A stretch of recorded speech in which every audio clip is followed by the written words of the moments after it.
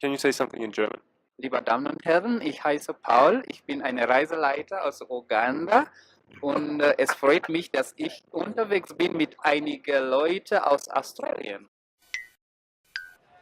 Hey, it's Joe here from Diet versus Disease. As a dietitian, my life revolves around nutrition and how to manage diet-related conditions. A large part of my purpose is to also help those with a different kind of nutrition issue that we don't typically see, and that's chronic hunger and malnutrition. Luckily, I had the pleasure of fundraising $10,000 for the Hunger Project Australia and then travelling with them to Africa to see exactly what they do and how the funds are used. And rather than try to tell you about the impact they have over there, I thought I'd take you on this journey with me to Uganda and show you firsthand. So let's do it.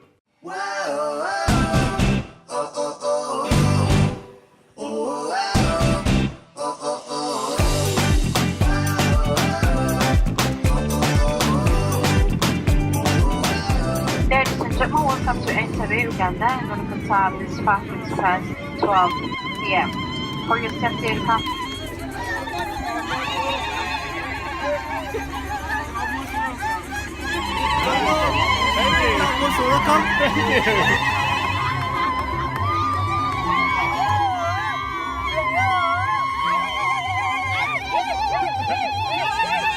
To end hunger and poverty, the Hunger Project developed what's called the Epicenter Strategy, created in Africa by Africans. And it revolves around a central community building that houses programs for health and hygiene, education, food storage, access to clean water, microfinance banks, and even demonstration farms for income generation.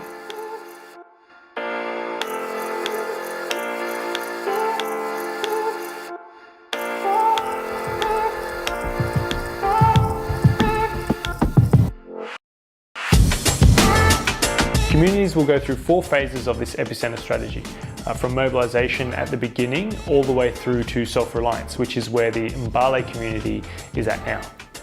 What I love about the Hunger Project is that they're implementing a strategy that trains and empowers local individuals to end their own hunger and poverty. Now, it's a fantastic way to give them a hand up rather than a handout.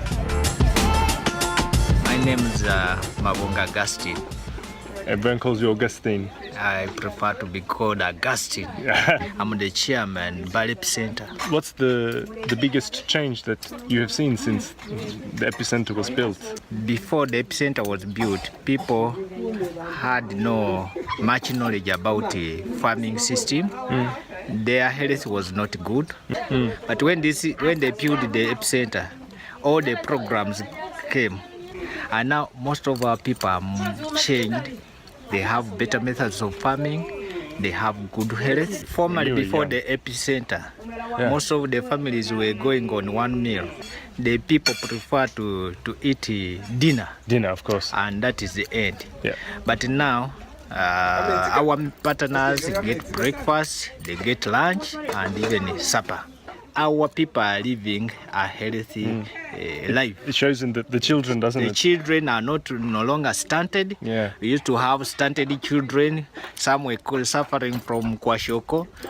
That's a big belly. Big stomachs, big bellies. I haven't seen any big bellies. Now our community are living healthily. Great. And we thank very much the Hunger Project. And you guys, it's a partnership effort. Partnership, but very great. There you go. You heard it straight from the chairman here. Let's go have some lunch. Okay, please. Can you do this? One thumb and little fingers. Yeah. Yeah, that's it, man.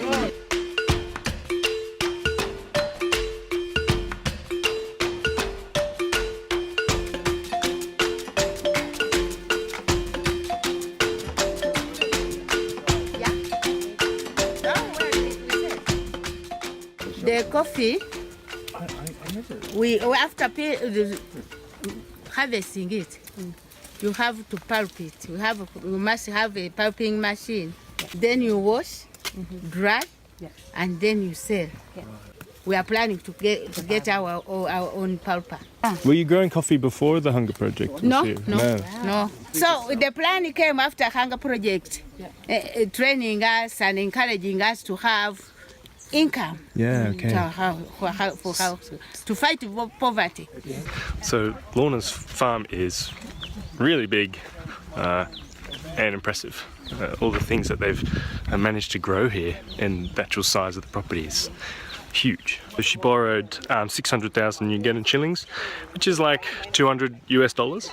And with $200 US, you can actually buy quite a substantial piece of land, because people are desperate for money and they will sell the land for quite a low price. So Lorna used to live here with her husband and 7 children from 1970s up until 2012, and then they had made enough money to build this and move into here, which has, you know, a functioning kitchen, multiple bedrooms, refrigerator. It's incredible, actually. Incredible what they've managed to achieve.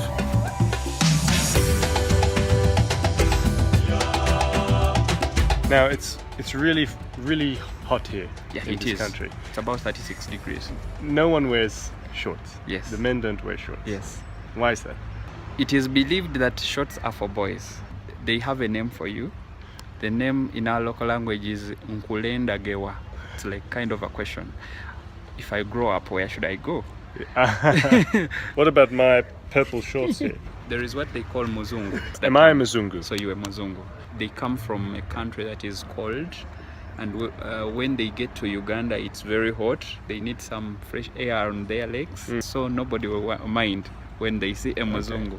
You're not getting hot in your denim jeans there? Actually, I'm used to the temperature, and I Nice. don't want anybody to say that I'm not a man. You look quite the man. Okay, let's go.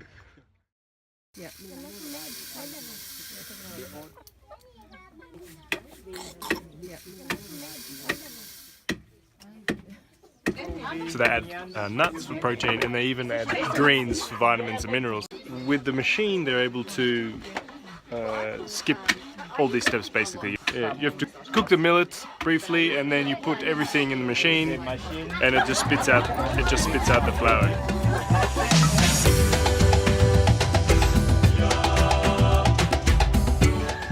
The more I eat it, the more I like it. Bye! Freaking hot here, but lucky I can wash it down with a stony tangawizi. She likes it.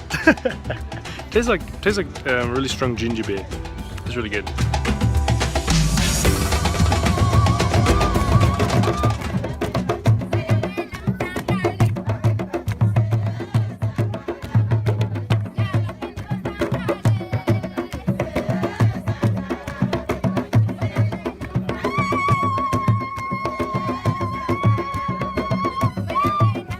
So I'm here with Andrew.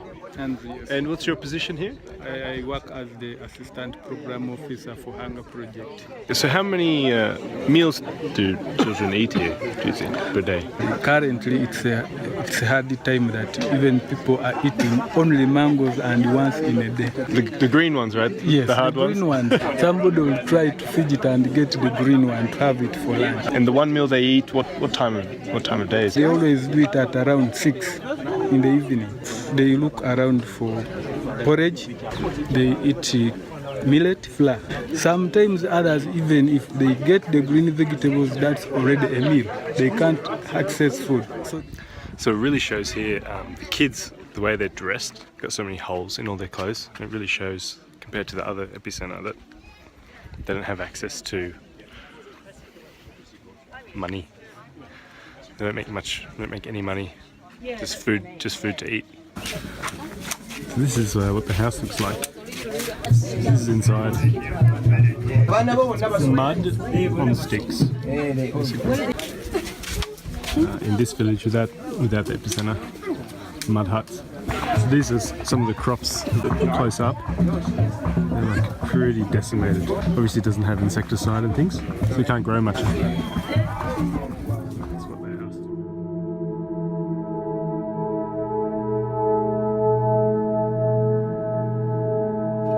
So this family here, they're definitely not eating enough. It's the first child with kwashikor that we've seen, which is the classic big pot belly, and that comes from malnutrition when the child doesn't eat for days at a time, multiple times.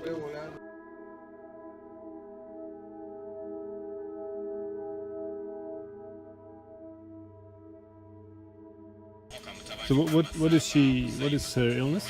Measles and malaria. What do you think will happen with your daughter if she does not go to the doctor? Yeah, she's saying she knows the ultimate price to pay could be death if she doesn't take care. The mother said they can't afford to treat her to go to the clinic, and she's aware of the ultimate price that they're going to pay. It's pretty confronting. It's so. The girl must be less than 2 years old. It's actually not hard to prevent these things from happening. Now that I've seen what having that centre that the Hunger Project builds, having that centre does, and then it's not here, and all these quite preventable deaths are happening. Yeah. So how many epicenters are there in Uganda? There are 13 epicenters. 13. How many do you need in Uganda, say, to end? In fact, very many. We want every district, and we have over 100 districts in Uganda. Oh, okay. So if we can have like 100 epicenters, then we can be there. We are saying the community is supposed to be sustainable. If we put many staff in the communities where we work, then the communities will be looking at us as people who are supposed to work for them. Yeah. So we are telling them, you have one staff just to do capacity building. Okay, so they get one staff. One staff and a volunteer to advise you, to give that technical support. Yeah. It is the community themselves. The local people. And in fact, when a community person talks, they feel so much that it is somebody who we stay with. She has worked with us, she has been with us, she was born from this area, she knows our problems, she knows the way we feel. So that only can make them be sustainable. So when you talk to people here, like, they can't look you in the eye, they're always looking down because they've kind of resigned to the fact of their situation. Fortunately, there is a solution, and we have the solution. It's coming. The epicenter is going to get built within 6 months to a year. They've got half the funding for it. That's enough to get started.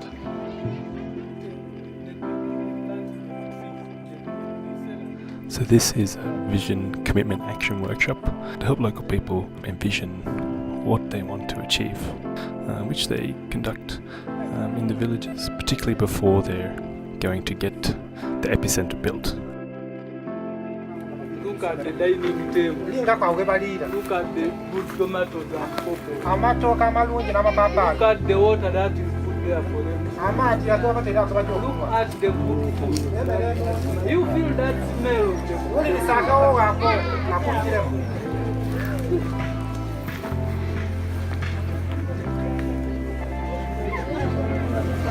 Look back where it started from now. Compare what you left at home to this beautiful home. Say you will not go back to that home. Say you will also be like this rich man. Say that you are going to have all what is necessary for these children to go to school. If you can now realize people are always anxious. Through the VCA, through the trainings we have had, all those programs, people are willing to have a change in mind and to protect what they own. They have to put in also, not that somebody will just come and give you, but you have to put in your efforts also. So they are willing to do everything that is possible to ensure there is end to hunger and poverty here.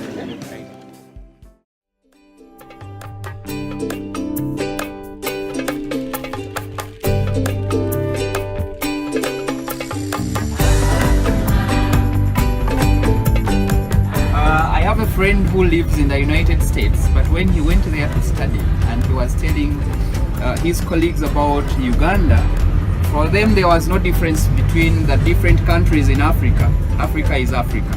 So he told me that he told a friend that he comes from Uganda, and the friend was asking, where is that? He said that is in Africa. And he was asking, where do you sleep? I said, in houses. In houses? Tree houses? And he was surprised that they are houses, because he thought it is likely to be only a jungle. I said, no, we have houses, 7 and 20-storied buildings in Africa. And it was a surprise to him that in Africa there is such a thing as a house.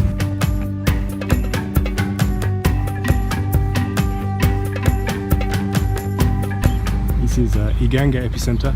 They are in stage 3 of mobilization.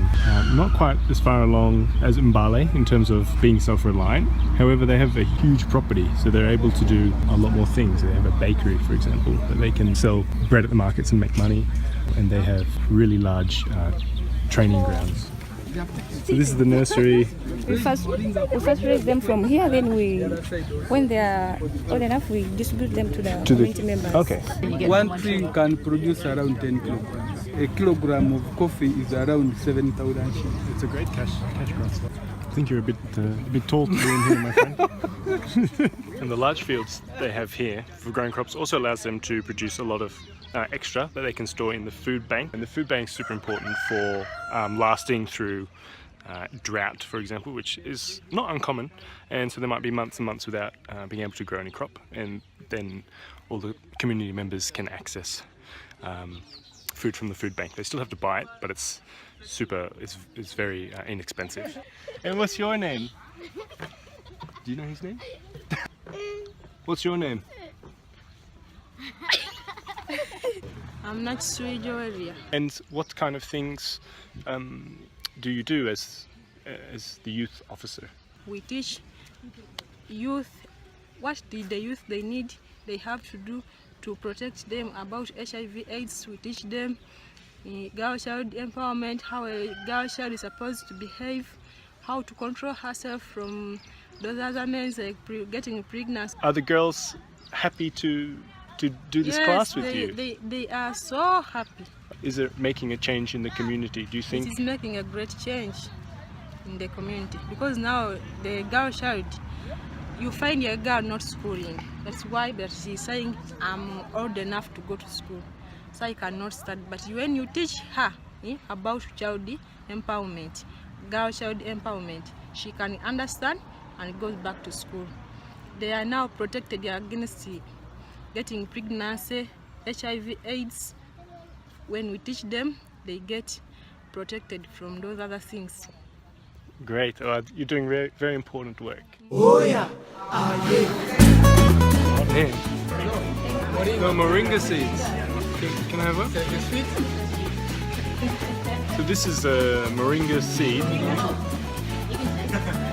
Wow! Take a water, it changes that. Can you test water and see? Oh, that was oh, but now. Thank you.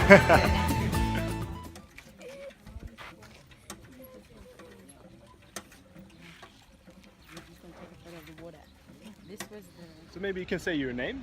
My name is Emojong Yekosfat. And what do you do here?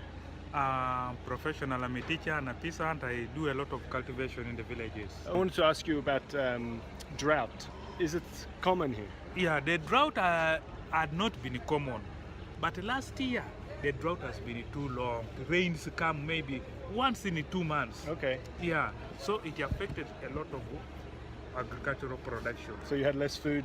Less food, that is obvious. And that's why the famine has been too high. How has the Epicenter or the Hunger Project helped with that? Now, it is of recent now that we are developing it is a disaster. So we are trying to partner up to collaborate with the Hunger Project through the circle. They loan money to the farmers to prepare for these things like buying a simple irrigation equipment. Okay, so that wasn't possible before. It wasn't possible.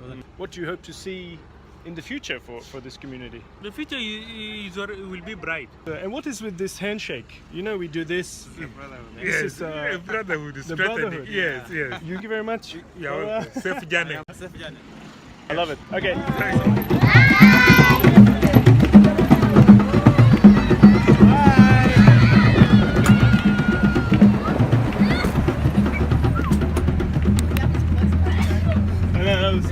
I'm like, I better come in and adjust this.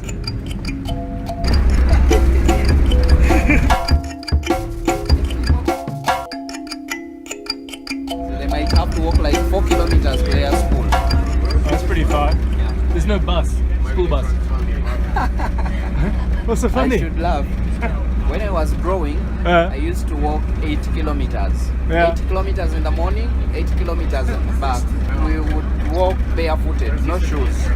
And there are stones on the road, but we are used to that. So when you talk about school bus, in the village here, somebody might have seen it in a book. Are they at least wearing shoes now? Not all. A few privileged ones, but you might find that in a class, about 2%. As circumstances dictate, if one cannot afford a school uniform, why should you buy shoes? I tell you what, that moringa seed I ate was so bitter. When you drink something, it becomes really sweet, really cool, but as soon as you swallow it, it's just bitter again. Horrible.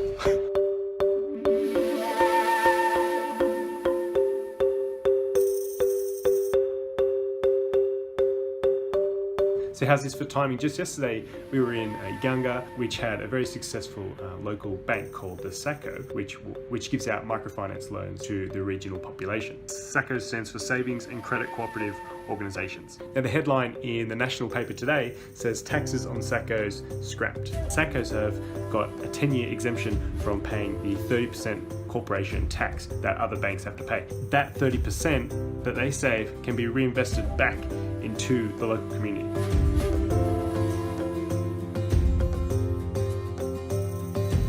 What I love about this is that it was the Hunger Project Uganda who made this happen. To end hunger and poverty, you can't just make changes on the ground. Changes have to come at an institutional and governmental level.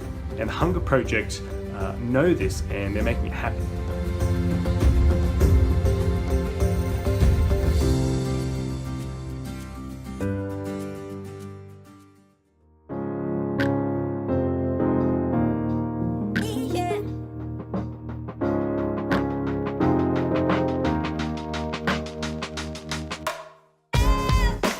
For me, this trip really turned my life upside down. It was humbling, confronting, and oftentimes heartbreaking. But most of all, it was happy and beautiful, and exciting, and inspiring. Of course, there's still a lot of work to be done. There's almost 800 million people in the world who will eat just one meal today, or not even that.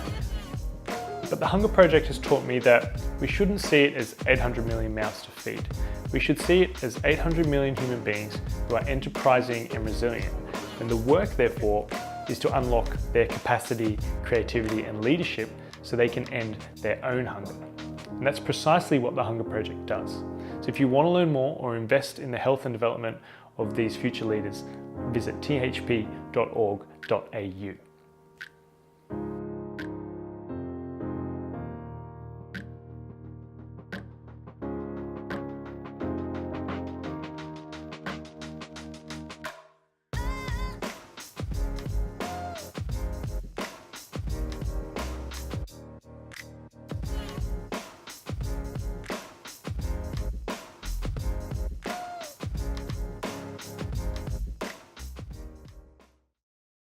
My name is Joseph, Bike to Go Entebbe. We just had an amazing tour. So walking through the Entebbe Botanical Gardens, I hope it's not Facebook Live. I was told that in Uganda, the men wear pants and only the children wear shorts. yeah. These shorts, yeah, the thing is, that's the tradition, but my friends call me a Ugandan Muzungu because I adopted so much of the other culture. But yeah, that's right. I'm a boy. You're the Ugandan Muzungu. I'm the Ugandan Muzungu. We're matching there. We're matching. Although I don't apply sunscreen, I don't need sunscreen, I don't get burnt. I'm African. Thanks for being nice, and come next time, Uganda, part of Africa.